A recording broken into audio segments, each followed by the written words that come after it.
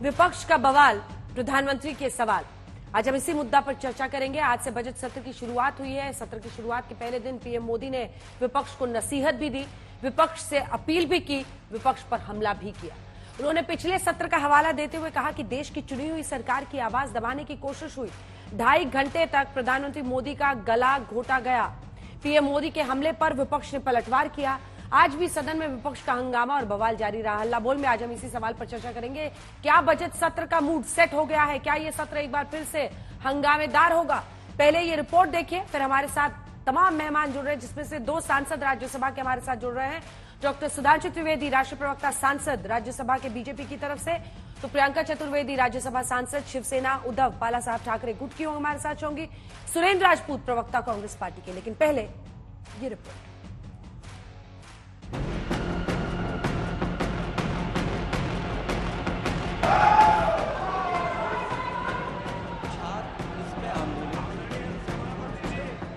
संसद के मॉनसून सत्र में प्रधानमंत्री नरेंद्र मोदी ने आज शुरुआत की एक आग्रह के साथ तो कई हमलों के साथ की। आग्रह ये कि नए सांसद हैं, उन्हें बोलने दीजिए। ये बजट सत्र 2047 के विकसित भारत का सत्र होगा, सकारात्मक योगदान दीजिए। तो हमला उस रवैये पर जब लोकसभा में उनके संबोधन के दौरान विपक्ष लगातार 2.5 घंटे तक नारेबाजी करता रहा था। और ये बजट 2047 जब आजादी के 100 साल होंगे, तब विकसित भारत का जो हमारा सपना है, उस सपने को पूरा करने की मजबूत नींव वाला बजट लेकर के हम कल देश के सामने आएंगे। जितनी लड़ाई लड़नी थी लड़ ली, जनता को जो बात बतानी थी बता दी। किसी ने राह दिखाने का प्रयास किया, किसी ने गुमराह करने का प्रयास किया, लेकिन अब वो दौर समाप्त हुआ। 2.5 घंटे तक देश के प्रधानमंत्री का गला घोंटने का, उनकी आवाज को रोकने का, उनकी आवाज को दबाने का लोकतांत्रिक परंपराओं में कोई स्थान नहीं हो सकता है, और इसका कोई पश्चाताप तक नहीं है। प्रधानमंत्री मोदी के आग्रह और हमले पर विपक्ष ने चौतरफा पलटवार किया। प्रधानमंत्री जी अननेसेसरी कुछ ज्यादा ही भावुक बनने की कोशिश कर रहे हैं। वो तो नॉन बायोलॉजिकल एंटिटी है ना, कमाल की बात करते हैं। भैंस मंगलसूत्र मुजरा से किसका गला घोटा जा रहा था? प्रधानमंत्री जी, मैं बार बार कहता हूँ, जब कभी दूसरों पर तबसरा कीजिए, सामने आईना रख लिया कीजिए, और इससे बेहतर कोई आईना नहीं है। 140 करोड़ देशवासियों का गला 10 साल से मोदी जी ने घोट रखा है। कभी अपने जहन में झांक कर उसकी भी बात देख लें। और जहां तक संसद का सवाल है, संसद का तिरस्कार, संसद की अनदेखी और संसद को एक तरह से कठपुतली बनाए रखने का काम वो प्रधानमंत्री मोदी जी ने किया है। प्रजातंत्र की जो धज्जियां उड़ाने का काम है, प्रधानमंत्री जी आप पिछले 10 साल से कर रहे हो। और जिस 2.5 घंटे का आप 2.5 घंटे में आप इतना परेशान हो गए, 2.5 घंटे में आप इतने परेशान हो गए। आप कह रहे हो मेरे पसीने छूट गए। भाई पसीने तो छूटने हैं। आप कह रहे हो मेरे को बोलने नहीं दिया। सदन में विपक्षी दलों को अपनी बात रखने का मौका मिलना चाहिए। दल से ऊपर उठ के हम जब देखेंगे, जब वो पूरा विपक्ष को मौका देंगे। बार बार हम कह रहे थे कि प्रधानमंत्री जी को बोलने से पहले 2 मिनट का, केवल 2 मिनट का समय मणिपुर के उस सांसद को दे दें जिसके क्षेत्र में इतनी गंभीर वारदातें हुई हैं, इतनी गंभीर हिंसा हुई है। उसी को मौका नहीं दिया तो फिर मणिपुर की बात कैसे निकल के सामने आएगी? बस 2 मिनट की बात थी। अगर 2 मिनट वो मान जाते तो 2.5 घंटे हम मान जाते। समाजवादी पार्टी ने कहा, संसद में हंगामा बीजेपी के सांसद ही करते हैं। लेकिन ये कैसी विडंबना है कि जो चुनाव में हारे हैं वो लोग ऐसा बर्ताव कर रहे हैं जैसे चुनाव उन्होंने ही जीता है, और उसी का नतीजा कि संसद में अवरोध है। तो प्रधानमंत्री कह रहे हैं कि गला घोटा जाता है सरकार का। 2.5 घंटे तक कोशिश की गई, प्रधानमंत्री को बोलने नहीं दिया गया पिछले सत्र में, और सांसदों को नसीहत दी है कि सब जो है काम करें, देश के लिए आते हैं पार्लियामेंट, वो तो दल के लिए। बीजेपी के सांसद ही तो गड़बड़ी करते हैं। इस बीच संसद की कार्यवाही शुरू होते ही नीट परीक्षा को लेकर विपक्ष ने सरकार को घेरा। लोकसभा में विपक्ष के नेता राहुल गांधी ने सवाल उठाए तो शिक्षा मंत्री ने भी जवाब दिया। it's obvious to the whole country that there is a very serious problem in our examination system. This is not just a question of NEET, it is in all the major examinations. Now, the minister has blamed everybody except himself. आने से सच झूठ नहीं हो जाएगा साहब। ये जो कहा गया देश की अभी की एग्जामिनेशन सिस्टम रबिश है सर, इससे दुर्भाग्यजनक बयान देश की नेता प्रतिपक्ष का कुछ नहीं हो सकता है सर। मैं कठोर शब्द से इसको निंदा करता हूं। समाजवादी पार्टी के मुखिया अखिलेश यादव ने आरोप लगाया कि सरकार ने पेपर लीक का रिकॉर्ड बनाया है, तो जवाब शिक्षा मंत्री ने उन्हें भी दिया। लगातार अखबार और सीबीआई की जांच के बाद चीजें सामने आ रही हैं, लोग पकड़े जा रहे हैं, जेल भेजे जा रहे हैं। मैं अध्यक्ष महोदय आपके माध्यम से पूछना चाहता हूं मंत्री जी से, क्या सेंटर वाइज जिन बच्चों को सबसे ज्यादा नंबर मिले हैं, क्या उसकी सूची जारी करेंगे? अभी सुप्रीम कोर्ट में जो चल रहा है केस, सुप्रीम कोर्ट ने ऑर्डर दिया पूरा विद्यार्थियों की सूची को वेबसाइट में उपलब्ध करा दो। सर, पिछले 3 दिन से देश भर की सारे विद्यार्थियों की लिस्ट पब्लिक डोमेन में उपलब्ध है। ये सारा चीज खुले पे है। विपक्ष अक्सर संसद में माइक बंद करने का आरोप लगाता है। आज केंद्रीय मंत्री निर्मला सीतारमण की भी माइक बंद हुई। So my mic is off. So it's not only the opposition members' mics which are getting off, even mine is off. If that satisfies you.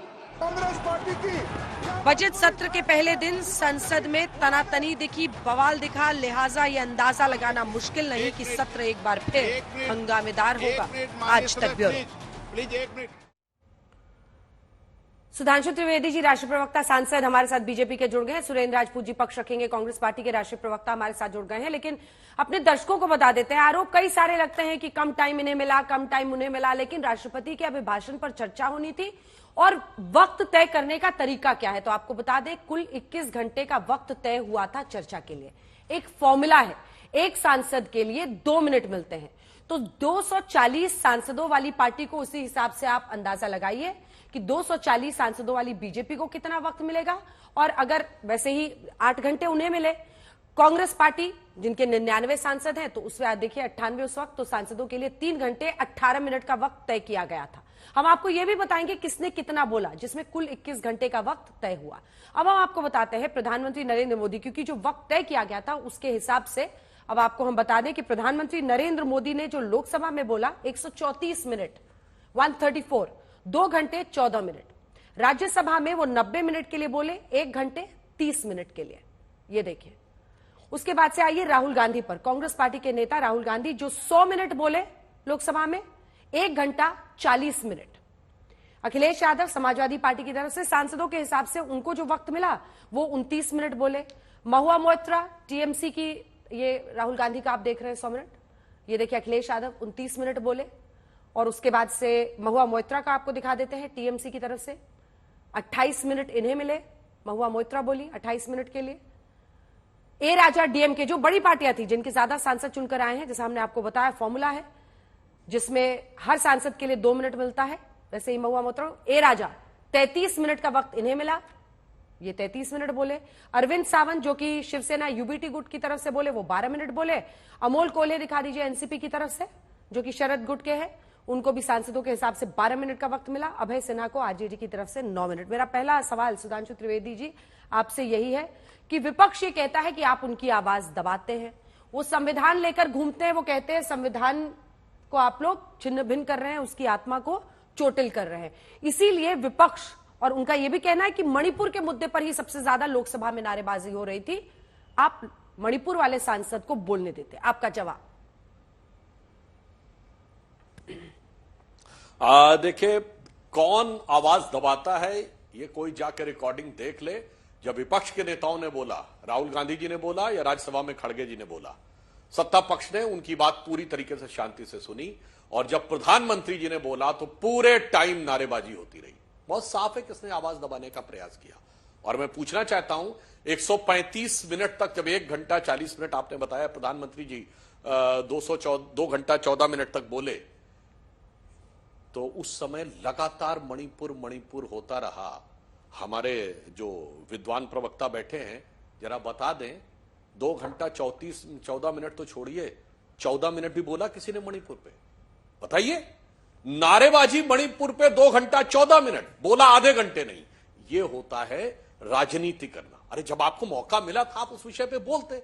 कोई जाके डिजिटल डाटा का जमाना चेक कर ले, 10% नहीं 5% कुल मिला के नहीं बोला राष्ट्रपति के अभिभाषण में मणिपुर के मुद्दे के ऊपर विपक्ष के नेताओं ने, मगर नारेबाजी लगातार कर रही है। यदि आप उस विषय पे गंभीर हैं, सदन चर्चा के लिए होता है, तो आप आइए और गंभीरता से उस विषय को ऊपर रखिए, तब आप सरकार से सवाल पूछिए। और मैं एक और बात भी बताना चाहता हूं, पिछले सत्र में याद करिए, अविश्वास प्रस्ताव तो मणिपुर के लिए लाया गया था। उस अविश्वास प्रस्ताव में जाके सारा देख लीजिए, 5% नहीं बोला गया मणिपुर पे। जो अविश्वास प्रस्ताव ही मणिपुर को लेकर लाया गया उस पे 5% नहीं बोला गया।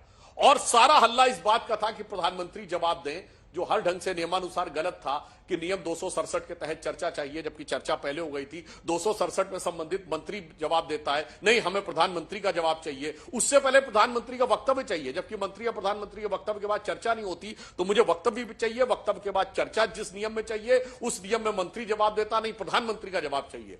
मगर जब प्रधानमंत्री ने बोलना शुरू किया तो छोड़ के चले गए। अरे भाई, आपने पूरी संसद का पिछला सत्र नहीं चलने दिया कि प्रधानमंत्री जवाब दें, तो जब अविश्वास प्रस्ताव पर प्रधानमंत्री जवाब दे रहे थे तो सुनना चाहिए था।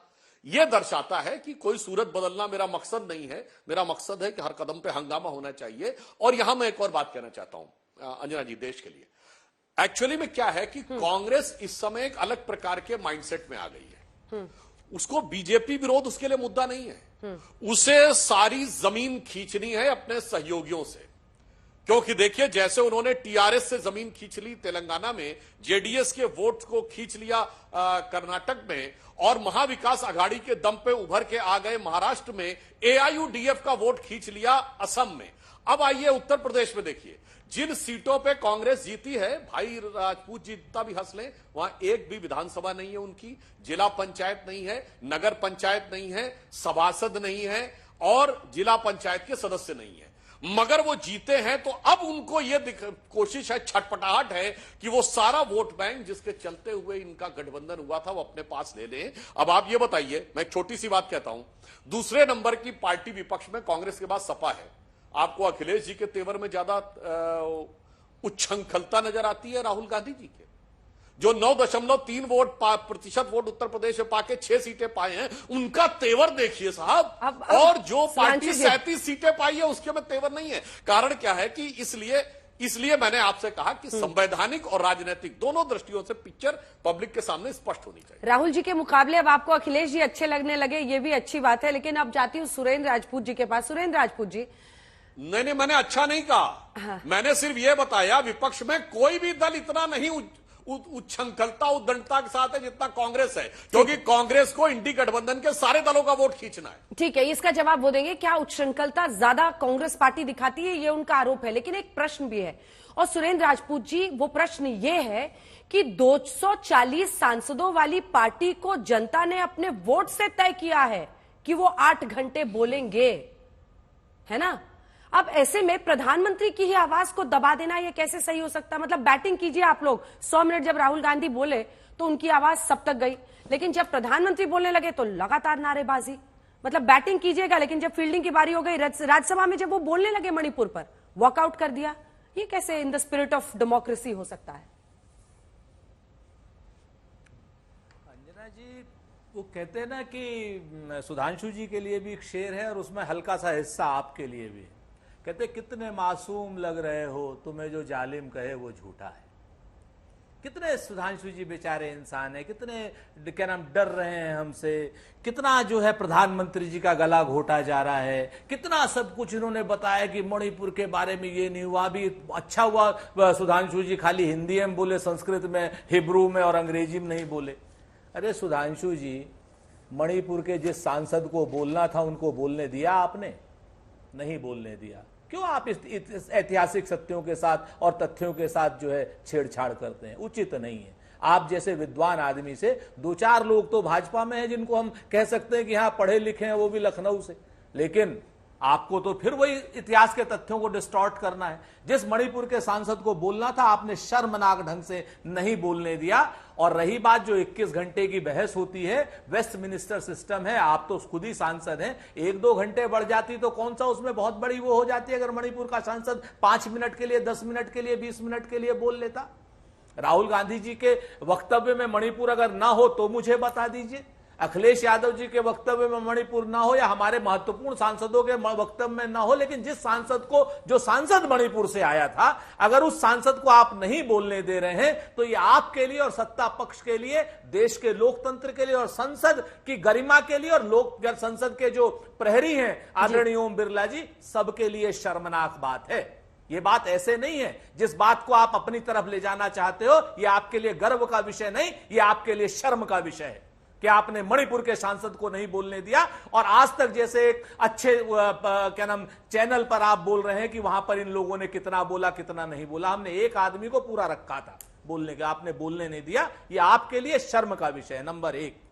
नंबर 2, जो आप बात कह रहे थे हमसे, भाई बड़ी बड़ी बातें आप लोग कहते हो कि राहुल गांधी जी ये कर रहे हैं, अखिलेश यादव जी ऐसा कर रहे हैं। कल ही अमित शाह जी ने शरद पवार साहब के ऊपर हमला कर दिया, कहने लगे भ्रष्टाचार की गंगा है, जमुना है, पता नहीं। इससे पहले मुलायम सिंह जी को क्या क्या कहते थे, और उन्हीं लोगों को आप पद्म भूषण भी देते हो।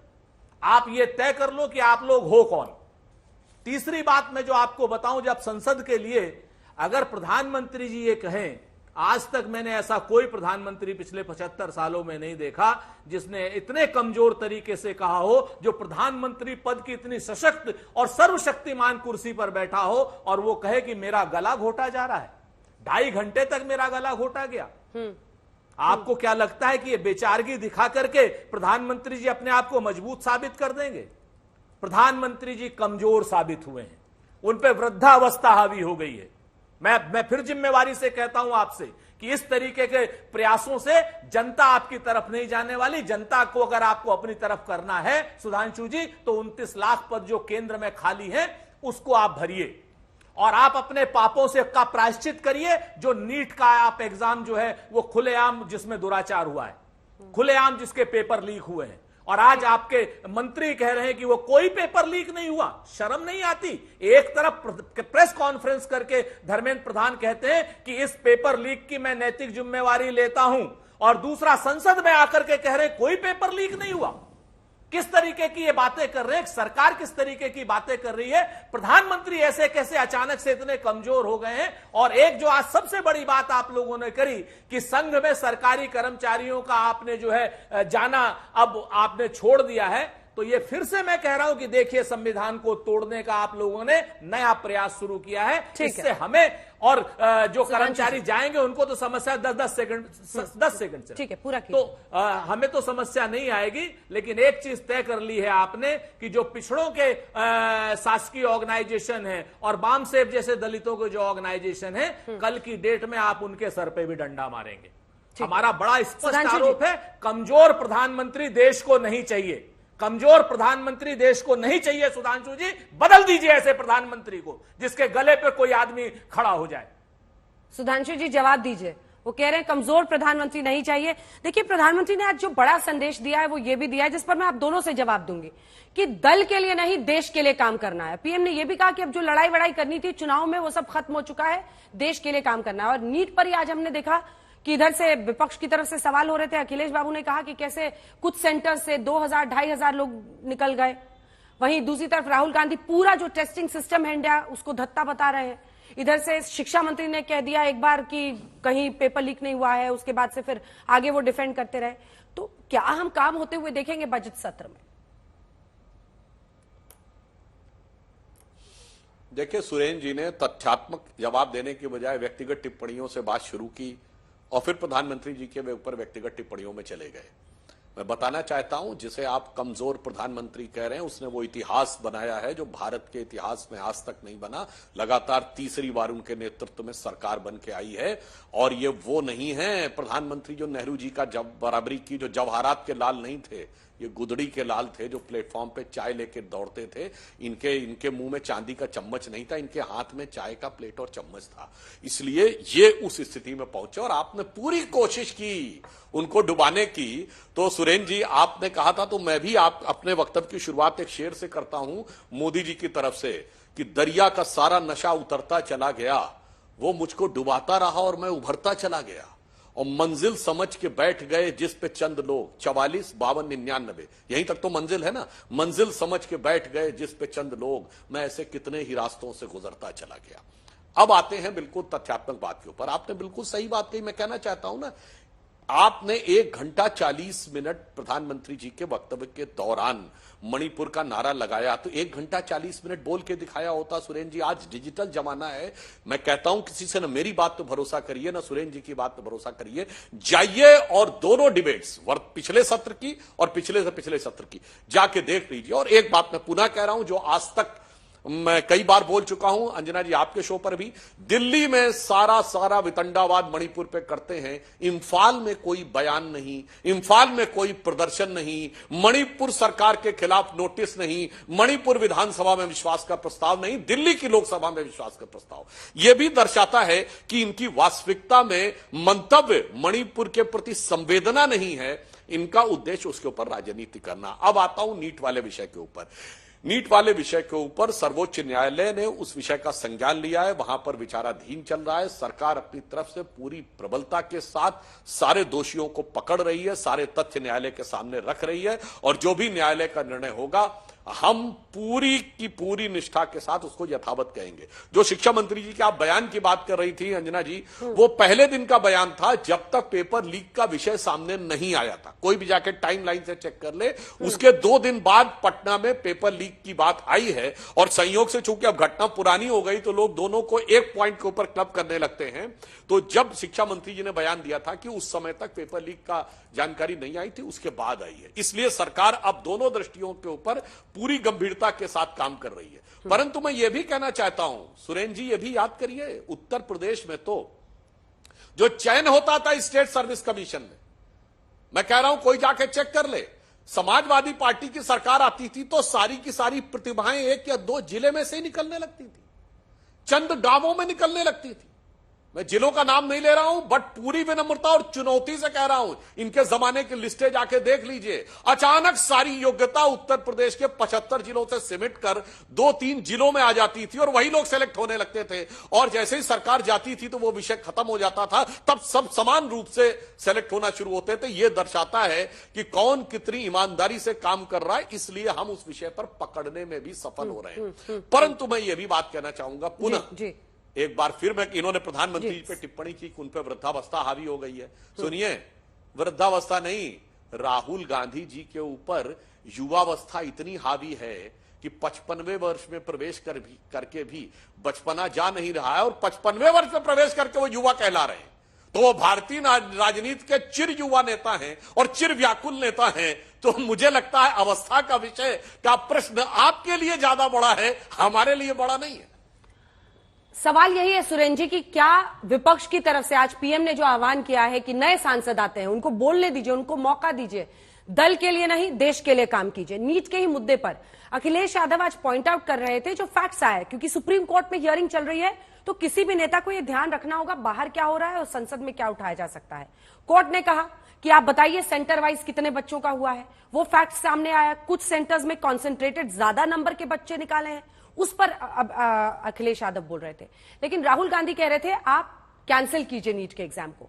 कैंसिल करना नहीं करना का फैसला तो सुप्रीम कोर्ट से ही होगा ना। ये उदाहरण देते हुए मेरा प्रश्न आपसे है कि क्या आने वाले वक्त में हम देश के लिए तमाम दलों को एक साथ बड़े मुद्दों पर काम करते हुए देखेंगे? देखिए ना, जिस तरह का मुद्दा आया कि वहां पर दुकानदारों को नाम अपना रखना था, कोर्ट में मामला गया और वहां पर यूपी सरकार को फिलहाल झटका लगा, अंतरिम रोक है, आगे सुनवाई होनी है लेकिन अंतरिम रोक है उस फैसले पर।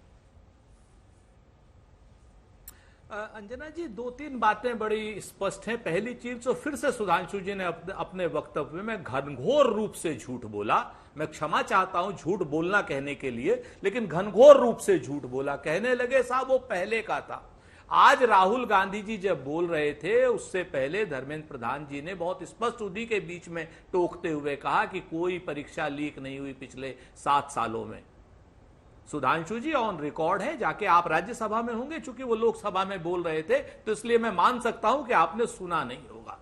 तो आज उन्होंने ये बोला है, ये झूठ आज बोला है, आपको राष्ट्र से क्षमा मांगनी चाहिए कि आप उनके पक्ष में जो बोल रहे हैं जब लगातार झूठ बोल रहे हैं। रही बात मणिपुर की, तो प्रभु मणिपुर में विधानसभा कितने दिन चल रही है, कितने दिन नहीं चल रही, इस पर मैं चर्चा नहीं करना चाहता। जो आपने बात नीट की कही है, नीट को भी मैं आपको बहुत स्पष्ट कर दूं।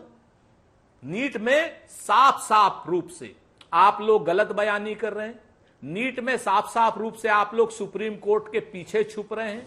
अगर आज आप नीट की परीक्षा को स्थगित करके या कैंसिल करके दोबारा आप अगर कराना चाहें तो उसमें सुप्रीम कोर्ट को कोई आपत्ति नहीं होनी है, क्योंकि आपके फाइनेंशियल इन्वॉल्वमेंट्स हैं, आपके लोगों के फाइनेंशियल इन्वॉल्वमेंट्स हैं। ऐसे आरोप दुनिया लगा रही है कि कहीं कहीं 1000 करोड़ का यह मामला है, इसीलिए चंद सेंटर्स पर जो है पेपर लीक हुए हैं, लीक के पता चले हैं, बाकी सेंटर्स पर तो पता ही नहीं चले। आप इस चीज को देखिए। तो सारी की सारी बातें धर्मेंद्र प्रधान जब कहते हैं प्रेस कॉन्फ्रेंस करके कि मैं नीट की परीक्षा की जो लीक हुआ है उसकी मैं नैतिक जिम्मेवारी लेता हूं, और आज इस वक्त मैं आज के दिन की बात कर रहा हूं, आज कहते हैं कि नहीं कोई परीक्षा पिछले 7 सालों में लीक नहीं हुई। ये कौन सा झूठ है, जरा इस चीज को भी बताएंगे। और रही बात आपने कहा ना कि हम लगातार हार रहे हैं, बिल्कुल हार रहे हैं, जनता के लिए आगे भी हार जाएंगे तो कोई बड़ी बात नहीं। आप ही के शेर का जवाब दे दूं कि कौन कहता है कि मौत आई तो मर जाऊंगा, मैं तो दरिया हूं समंदर में गुजर जाऊंगा। तो आप हमारी चिंता मत कीजिए, आप देश की चिंता करिए, ज्यादा बेहतर हो। 29 लाख पद आपके नीचे खाली पड़े हुए हैं। आपने कहीं कोई आज तक कोई सुगबुगाहट करी हो? रेल की दुर्घटनाएं जिस दिन से आप आए हैं रोज 2 हो रही हैं, कल तो 3 हो गई। इससे पहले जिस दिन से प्रधानमंत्री जी ने शपथ ली है उस दिन से आतंकवाद कश्मीर में 10 गुने से ज्यादा बढ़ गया। 7-8 हमले तो सेना पर हो गए, अभी आखिरी में 5 हमारे जवान शहीद और 1 जो है हमारा अफसर शहीद हुआ है। इन सारी बातों पर ध्यान देंगे। राहुल गांधी अगर चिर युवा हैं तो आपको कोई फर्क नहीं पड़ना। राहुल गांधी हमारे नेता हैं, चिर युवा थे और चिर युवा हैं और चिर युवा रहेंगे भी। लेकिन वृद्धावस्था वाले नेता को, जो वृद्ध बुद्धि नेता है, जिसको हम लोग अगर आप हमको बाल बुद्धि कहेंगे, तो जो वृद्ध बुद्धि नेता है उससे निजात पाइए। बाल बुद्धि में तो सीखने का हौसला है, लेकिन वृद्ध बुद्धि नहीं सीख सकती। और अंजना जी, आपके सवाल का मैं जवाब दे दूं, आपने बड़ा अच्छा सवाल किया। सत्ता को जो है जिम्मेवारी होती है सदन चलाने की, लोकतंत्र चलाने की, और सत्ता कभी झुक के कभी झुका करके लोकतंत्र को चलाती है, सदन को चलाती है। ऐसा प्रेसिडेंट पिछले 75 सालों में आपने भी देखा है। ये पहली सत्ता है जो सिर्फ चाहती है कि विपक्ष झुके और सत्ता अपने अहंकार में सारा काम करे। पहले हो जा रहा था, अब संख्या है तो अब ये अहंकार नहीं चलेगा आपका। मैं आपसे बहुत स्पष्ट कह दूं, इंसान मन के बात कीजिए, आप वहां पर बात करिए, विपक्ष से बात करिए, कौन नहीं चाहता सांसदों को, लेकिन आपके कल ही तो ऑल पार्टी मीटिंग हुई है, फर्क है। सुरेंद्र जी, कल ही ऑल पार्टी मीटिंग हुई है राजनाथ सिंह की अध्यक्षता में, और उस पर तमाम मुद्दों पर जिन पर चर्चा हुई थी, नीट पर आज शुरू हो गई। शिक्षा मंत्री ने नीट पर जवाब दिया। यही तो तरीका होगा ना, और कोई अन्य व्यवस्था तो नहीं निकाली जा सकती। क्वेश्चन आवर चला, जिसके लिए आपको बधाई है सबको। छोटी सी बात, वही बात कह रहा हूं, आपकी काम चला ना, क्वेश्चन आवर चला ना, उसके बाद अगर आप क्वेश्चन आवर चला सकते हैं, सदन क्वेश्चन आवर चला सकता है, बाकी चीजों के लिए जैसे आज बिहार को स्पेशल स्टेटस देने की बात पर जब प्रश्न आया जनता दल यूनाइटेड का, तो स्पष्ट रूप से कहा ना कि साहब बिहार को हम स्पेशल स्टेटस नहीं देंगे। ये तो हमारा नहीं, तो सदन का काम हुआ ना, विधायी काम हुआ, उसमें हम फायदा उठाएंगे या नुकसान करेंगे वो अपनी जगह पर है, लेकिन सदन में चर्चा हुई। हम आपसे ये कहते हैं इसी तरीके से अगर नियम सम्मत तरीके से विपक्ष को सुन करके आप सत्ता पक्ष सदन चलाना चाहेगा तो सदन चलेगा, और अगर सत्ता पक्ष सदन नहीं चलाना चाहता, अपने अहंकार में रहना चाहता है, तो विपक्ष आपके सामने झुकने के लिए तैयार नहीं है। क्योंकि लोकतंत्र को हमें बचाना है, हमें कहीं ना कहीं संविधान को बचाना है। आप लोगों को संविधान को हटाना है, आप लोगों को संविधान को तोड़ना है, मरोड़ना है। ठीक है सुधांशु जी, एक जवाब इस पे दीजिए कि आरएसएस के ऊपर हाँ, सुधांशु जी एक साथ जवाब दीजिए अब 3 मुद्दे पर। देखिए 3 कंट्रोवर्शियल मुद्दे हैं जिस पर विपक्ष आपको घेर रहा है। एक तो यूपी में जो दुकानदारों को, जिस पर सुप्रीम कोर्ट से भी अब झटका लगा ना, कोर्ट ने ये अंतरिम रोक उस पर लगा दी, अभी आगे सुनवाई होनी है। दूसरा नीट का मुद्दा, जो कि एक वाजिब मुद्दा है, जो कि इस देश में छात्रों के लिए बहुत बड़ा इशू है, जिसको शुरू में अंडर द कारपेट डालने की पूरी कोशिश की गई। तीसरा मुद्दा आप देख रहे हैं संघ के कार्यक्रमों में जो अधिकारियों को शामिल होने का एक पुराना आपने फैसला पलटा है। इन 3 सुलगते मुद्दों को विपक्ष उठा रहा है, क्या प्रॉब्लम है, क्यों ना उठाए? बताता हूं। देखिए, मुझे पता नहीं क्यों सुरेंद्र राजपूत जी व्यक्तिगत टिप्पणियों पे आते ही चले जा रहे हैं। मैं पुनः कह रहा हूं महोदय, घनघोर झूठ नहीं, जो बोला है सदन के पटल पर वो इस नीट की परीक्षा के इतर पिछले 7 साल का बोला है, अन्यथा विशेषाधिकार हनन का विषय बन जाता महोदय। इसलिए ऐसे बचकानी बात मत करिए कि घनघोर झूठ आप कहने लगते हैं। दूसरा विषय, अरे तो क्यों नहीं लाए प्रस्ताव भाई, कल ले आइएगा, कह रहा हूं कल ले आइएगा, क्योंकि आप खुद इस समय गलत बोल रहे हैं। वो विषय इस वाली नीट से बियॉन्ड का, पिछले 7 साल का था, वर्तमान वर्ष का नहीं था, इसलिए आपने घनघोर झूठ बोला। अब दूसरी बात कहता हूं, जब विषय सर्वोच्च न्यायालय के विचाराधीन है तो कैंसिल होना या नहीं होना, अगर आप निर्णय लेंगे तो इसका मतलब आप सर्वोच्च न्यायालय के निर्णय को प्रभावित कर रहे हैं। अब यदि कोई व्यक्ति यह कहे, इसका अर्थ हो गया वो अपना न्यायिक विवेक यानी अपनी जुरिस्प्रूडेंस वो सर्वोच्च न्यायालय से ऊपर रख रहा है। अब तीसरी बात कहता हूं, आप वृद्ध बुद्धि कह रहे हैं, तो खड़गे जी की आयु क्या है? वो तो मोदी जी से भी 12 साल बड़े हैं, तो आपका क्या विचार है उसके बारे में? और सोनिया जी की आयु मोदी जी से अधिक है, इसलिए इस प्रकार की नितांत व्यक्तिगत टिप्पणियां करने से बचना चाहिए। बड़े नेताओं के साथ सम्मान से बात करनी चाहिए। हमने तो सिर्फ ये बात कही, आप लोग युवा कहते हैं, तो देश का युवा जान सकता है कि 54 साल पूरा करके 55 में प्रवेश किया हुआ व्यक्ति युवा है या नहीं है, यह देश की जनता को तय करने दीजिए। आप युवा मानिए, उसमें कोई समस्या की बात नहीं है, आप युवा मान सकते हैं। और रही बात अहंकार की, तो भगवान की फोटोएं सदन के पटल पर यूं दिखाना और फिर यूं रख देना, फिर गुरु नानक देव की फोटो यूं दिखाना और फिर यूं रख देना, उस नेता के द्वारा जिसने ईश्वर के नाम की शपथ नहीं ली है, वो अहंकार नहीं है। और जब सत्ता थी तो देश की सर्वोच्च संवैधानिक संस्था कैबिनेट के द्वारा पारित प्रस्ताव के बारे में यह कहना कि मैं यूं फाड़ के फेंक देता, यह अहंकार थोड़ी था, ये तो बड़ी विनम्रता थी। अब अंजना जी, आपकी उस बात का जवाब देता हूं जो उत्तर प्रदेश सरकार का निर्णय है। उत्तर प्रदेश सरकार के निर्णय पर सर्वोच्च न्यायालय ने रोक लगाकर अगली सुनवाई तक रोक लगाई है। न्यायालय का जो निर्णय होगा वो हम स्वीकार करेंगे। मगर मैं एक बात कहना चाहता हूं, जो पार्टियां ये कहती हैं हर एक व्यक्ति की जात की पहचान होनी चाहिए और वो जात की पहचान सार्वजनिक गणना करके सर्टिफाइड ढंग से हर आदमी के साथ चस्पा होनी चाहिए, वो कहते हैं कि जो वाकायदा रजिस्टर्ड पहचान है वो भी दुकान पे नहीं होनी चाहिए। ये मैं देश की जनता के विवेक पे छोड़ता हूं। इनके 2 तरीके देख लीजिए तराजू पे तौलने के। और दूसरा मैं कह रहा हूं, अरे भाई, जो ईमान का साफ है उसे अपनी पहचान क्यों छुपाना, और पहचान छुपाने वालों के लिए ये आपके अरमान क्यों जगते हैं? असम में अगर जो घुसपैठ करके लोग आए हैं उनकी पहचान छुपाने वालों के साथ खड़े, केरल में आपके मुख्यमंत्री ओमन चांडी और केरल के कम्युनिस्ट पार्टी के मुख्यमंत्री पिनारी विजयन ने जिसे लव जिहाद कहा, पहचान छुपा के उनके साथ खड़े। और यहां भी पहचान छुपाने वालों के लिए जो इतने अरमान जगते हैं, पहचान साफ रखिए, इसमें कोई समस्या की बात नहीं होती है। सुरेंद्र जी, आप इस पर भी बोल लीजिएगा, इस पर भी बोल लीजिएगा, लेकिन एक तीसरी बात में जल्दी से सुधांशु जी, जल्दी से, ठीक है, जल्दी से बोल लीजिए आरएसएस के ऊपर। हाँ, मैं बिल्कुल बताना चाहता हूं, राष्ट्रीय स्वयंसेवक संघ के विषय की कहानी सुरेंद्र राजपूत जी बहुत पुरानी हो गई।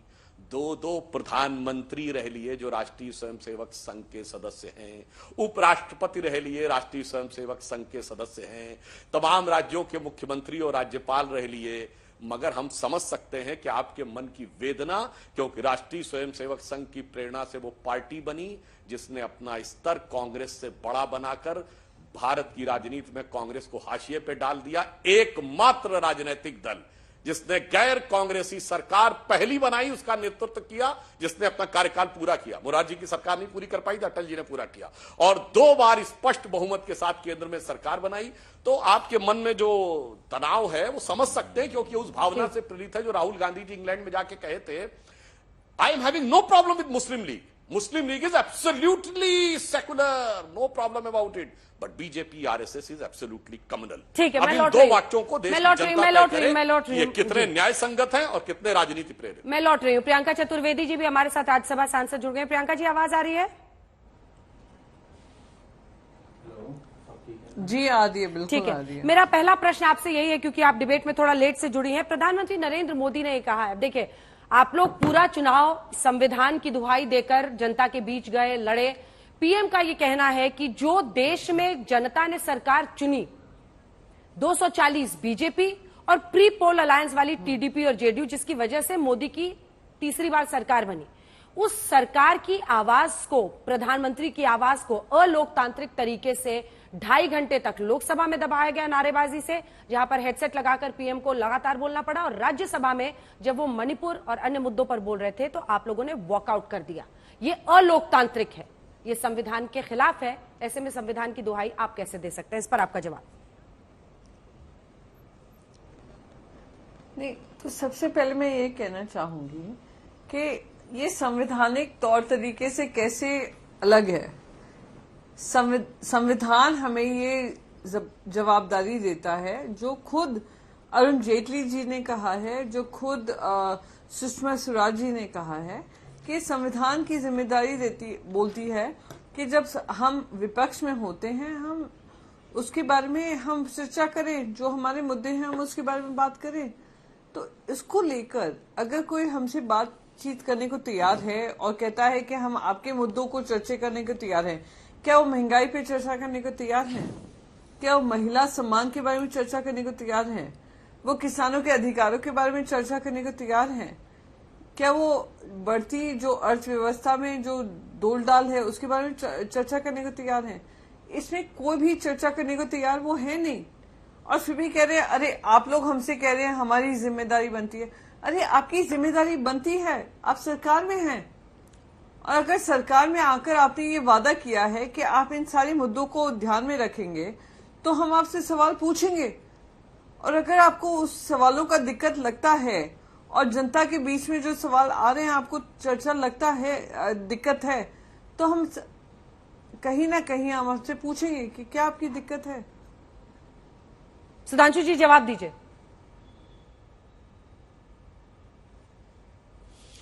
देखिए, जो प्रियंका जी ने कहा, बिल्कुल उनकी बात का हम स्वागत करते हैं। प्रियंका जी, बजट सत्र है, आपने कहा महंगाई, आर्थिक विकास, आपने कहा आय की असमानता, ये सारे विषय आप अर्थव्यवस्था पे बोल सकती हैं। और 20 घंटे का 18-20 घंटे का समय अलॉट होगा राज्यसभा में, आप ये सारे विषय उठाइए। बस यही तो समस्या है, जब आर्थिक विषय पे बात हो रही है तो आर्थिक विषयों की अलग अलग विषय का डिमांड करना बहुत उचित नहीं है।